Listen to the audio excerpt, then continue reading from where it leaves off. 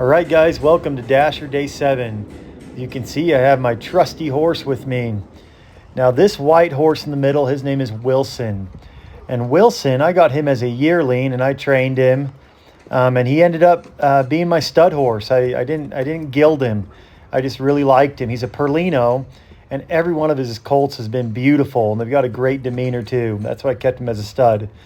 But I'm working Dasher from off the back of my good horse because Dasher has some aggressive tendencies, especially in the first about 30 minutes of training. You know, right now I know he just kind of looks a little scared. He's stopping at the gate.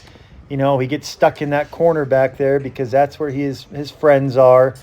And so I'm kind of getting him out of that corner, and I'm just trying to engage his brain, just moving him around. I know there doesn't look like there's much of a rhyme or reason behind it. And in reality, it's just moving the horse around. So today I'm going to lay Dasher down again. And I know that this is a controversial thing, but with horses that have a tendency to bite and kick and paw, there really isn't another way to get to them without kind of redefining who they are as a horse. So I'm going to go ahead and rope this horse. And I used to be on a charreria team in Mexico. And that's basically, Mexico rodeo. A lot of rope twirling, a lot of stuff. But I'm going to go and throw a loop right here that I used for a competition called Piales. And I'm going to rope the front leg to get this all started. So here he goes, and I got him. I actually got both front legs, and that's okay. I can fish it onto the other leg pretty easy. So I've caught that front left, and now I just got to loop it over his rear end one more time, and that'll give me the leverage I need to start pulling that leg up. I'm going to get it looped over, and then I'm going to hop off my horse.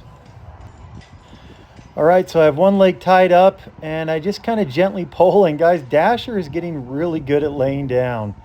I mean, he kind of knows exactly what I'm asking. This is the third time I've done it, and this was pretty easy. He laid right down. I'm going to keep pulling all the way until he's all the way on his side. And there you go.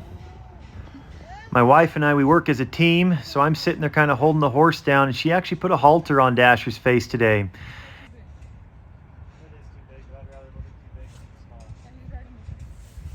You'll see in the video why we did it that way. Dasher, you can't touch him. You can't touch him when he's standing up. It's just too dangerous. So I grabbed my handy dandy piece of rebar that I forged into a hook and pulled the rope off his front foot. I'm not near brave enough to reach down there with my hand. I'd probably end up dead.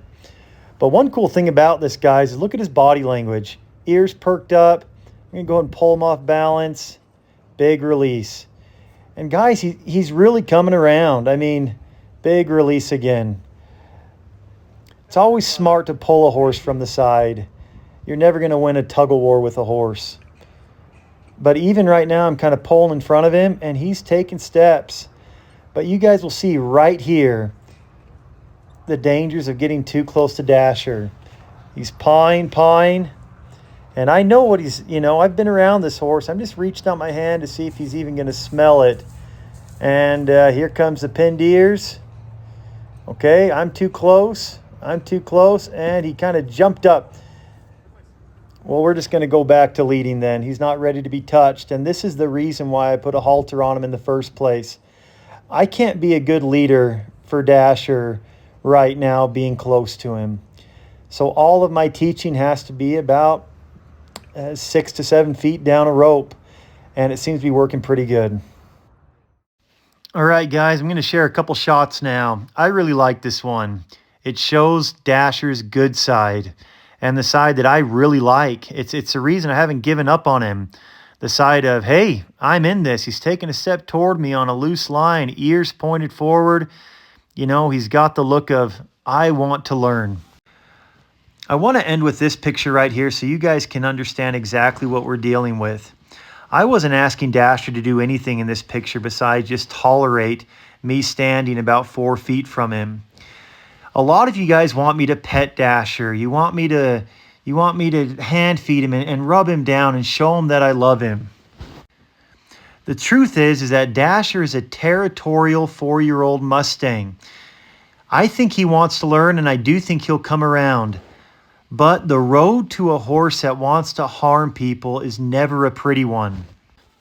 Given Dasher's age and history, it's going to be full of training sessions like we saw today. A little bit of establishing dominance, making him submit, showing him that we're not going to hurt him, and then rewarding him for good behavior. Thanks for watching, guys. We'll see you next time.